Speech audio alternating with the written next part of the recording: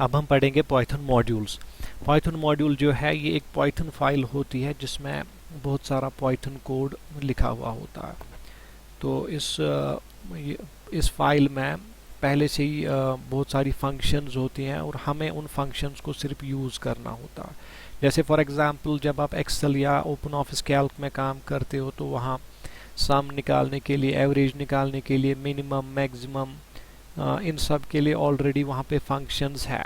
Similarly जब आपको Python में कोई काम करना होता है तो आप उसके लिए अप्रोप्रिएट मॉड्यूल चूज़ करोगे और उस मॉड्यूल में पहले से ही वो फंक्शंस जो है उनका कोड ऑलरेडी लिखा हुआ है। आप सिर्फ उन फंक्शंस को यूज़ करते हो, आपको वो कोड नहीं लिखना पड़ता। आप उस ऑलरेडी एग्जिस्टिंग कोड को, उस लिखे हुए कोड को यूज़ करते हो। जैसे फॉर एग्ज़ाम्पल अगर आपको मैथ के रिलेटेड कुछ काम करना है पाइथन में तो आपको मैथ मॉड्यूल यूज़ करना होगा। तो आप कैसे करोगे? आपको लिखना है इंपोर्ट मैथ। तो इंपोर्ट मैथ लिखने के बाद आप मैथ मॉड्यूल में जितनी भी फंक्शंस हैं उनको यूज़ कर सकते हो। जैसे फॉर एग्ज़ाम्पल मैथ डॉट पाई, अगर आप मैथ डॉट पाई लिखोगे तो आपको पाई का वैल्यू जो है वो मिलेगा। इसी तरह अगर आप लिखोगे math dot S Q R T, अगर आप S Q R T square root function use करोगे मैथ मॉड्यूल की तो इसमें कोई नंबर लिखो आप, तो एंटर करो तो 864 का स्क्वायर रूट जो है वो 8 होता है, तो स्क्वायर रूट निकाल सकते हो। इसी तरह अगर आप लिखोगे math dot P O W which means power 2,3, इस फंक्शन के दो आर्ग्यूमेंट्स है and these arguments are separated by comma, 2,3 which means 2 raised to power 3, तो यहाँ पे 8 मिलेगा। ये आप एक्सपोनेंशियल ऑपरेटर से भी कर सकते हो। तो इसी तरह आप मैथ डॉट साइन 45, तो ये रेडियंस में यहाँ पे देगा। Similarly math dot sine 90। तो बहुत सारी फंक्शंस अवेलेबल है मैथ मॉड्यूल में जिनको आप यूज़ कर सकते हो। अगर आप लिखोगे मैथ डॉट, उसके बाद थोड़ा वेट करोगे तो आपको दिखेगा मैथ मॉड्यूल में क्या क्या फंक्शंस हैं। तो ये सारी फंक्शंस जो है मैथ मॉड्यूल में अवेलेबल है। इनमें से जो फंक्शन भी आपको चाहिए वो आप यूज़ कर सकते हो। तो ये था मैथ मॉड्यूल। पाइथन में बहुत सारे मॉड्यूल्स हैं। पाइथन में there is huge library of modules. आप कुछ भी काम करना चाहते हो, पाइथन में कुछ भी करना चाहते हो, जस्ट उसका अप्रोप्रिएट मॉड्यूल आप यूज़ करो और आप वो काम कर सकते हो। जैसे फॉर एग्ज़ाम्पल एक मॉड्यूल है कैलेंडर मॉड्यूल, आप कैलेंडर मॉड्यूल भी यूज़ कर सकते हो। और एक चीज़ मैं यहाँ पे आपको बताऊं, जैसे आपने इंपोर्ट मैथ किया, अगर आप ऐसे लिखोगे इंपोर्ट मैथ एज एम्प्टी, अगर आप एज एम्प्टी लिखोगे उसका मतलब अब आप मैथ की जगह एम्प्टी भी यूज़ कर सकते हो। यानी मैथ का, अब मैथ मॉड्यूल का आपने दूसरा नाम रखा एज एम्प्टी, इसको हम एलियास कहते हैं, तो सेकेंडरी नेम। तो अब आप क्या कर सकते हो, अगर आप लिखोगे मैथ डॉट पाई या empty डॉट पाई तो दोनों सेम है। आप मैथ डॉट पाई लिखो, empty डॉट पाई लिखो, दोनों पे एक ही काम होगा, क्योंकि आपने यहाँ मैथ, इंपोर्ट मैथ में एज empty लिखा आपने, विच मीन्स मैथ और empty अब एक ही बात है। तो आप अपने मॉड्यूल्स का सेकेंडरी नेम यानी एलियास भी रख सकते हो। अब हम यूज़ करेंगे कैलेंडर मॉड्यूल। तो हम लिखेंगे इंपोर्ट कैलेंडर एज कैल, यानी अगर मैं कैलेंडर नाम भी लिखूं या कैल लिखूं दोनों चलेंगे। तो इस कैल मॉड्यूल में आप सबसे पहले क्या कर सकते हो, आप लिखोगे कैल डॉट कैलेंडर, उसमें बीच में लिखोगे किस साल का कैलेंडर आपको चाहिए, फिर एंटर।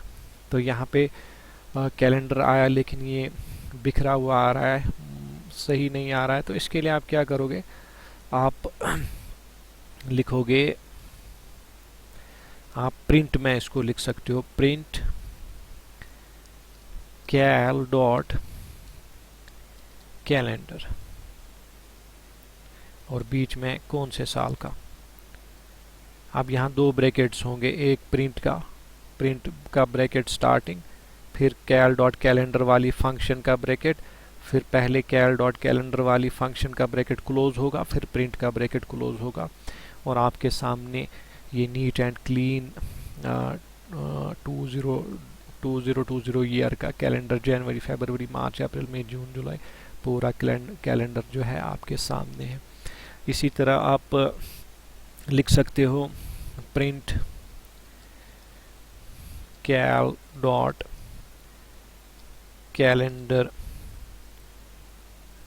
सॉरी कैल डॉट मंथ लिखो आप, कैल डॉट मंथ, यानी आपको मंथ देखना है, कौन सा मंथ देखना है आपको, किस साथ में ईयर भी लिखना होगा 2020 कामा 11, यानी इस साल का नवंबर, 11 मीन्स नवंबर देखना है आपको। तो ये देखो नवंबर का कैलेंडर आ गया। तो आपने लिखा कैल डॉट मंथ, कैल मॉड्यूल में आपने मंथ फंक्शन यूज़ की, उसको आपने पास किया कौन से ईयर का, कामा कौन सा मंथ देखना चाहते हो आप, तो यहाँ पे वो उस मंथ का कैलेंडर आपके सामने है। इसी तरह आप चेक कर सकते हो कैल डॉट इज़लीप, इज़लीप यानी लीप ईयर है कि नहीं है, कौन सा 2020, क्या 2020 लीप ईयर है, तो यहाँ पे ट्रू आया। जब ट्रू आएगा विच मीन्स हाँ 2020 जो है वो लीप ईयर है। आप यहाँ चेक भी कर सकते हो, मेरे कंप्यूटर में जो कैलेंडर है मैं उसमें फरवरी देखूँगा और फरवरी के 29 डेज थे। तो अब देखते हैं ऐसे कैल डॉट इज़लीप 2021 अगला साल लीप ईयर नहीं होगा, तो यहाँ पे फॉल्स आएगा। तो अगर आप कैल डॉट इज़लीप फंक्शन को बीच में वो ईयर लिखोगे जो लीप ईयर है, आपको ट्रू आंसर आएगा, और अगर आप लिखोगे ऐसा ईयर लिखोगे जो लीप ईयर नहीं है, आपको फॉल्स आंसर आएगा। तो ये भी आप कैलेंडर मॉड्यूल में ये भी आप कर सकते हो। एक और मॉड्यूल है टाइम मॉड्यूल, जिसके थ्रू आप टाइम जो है डिस्प्ले करा सकते हो। जैसे मैं लिखूँगा इंपोर्ट टाइम, तो मैंने इंपोर्ट किया टाइम मॉड्यूल को। इंपोर्ट करना ज़रूरी है, अगर आप इंपोर्ट नहीं करोगे तब आप काम नहीं कर पाओगे। जैसे मैं आपको अभी दिखाऊंगा, मैंने इंपोर्ट किया टाइम को, इसके बाद मैं लिखूंगा print time dot ASCII time ASCII time, तो ये मुझे टाइम दिखाएगा डेट के साथ, वेडनेसडे नवंबर 24 आवर फॉर्मेट में दिखा रहा है ये पूरा डेट।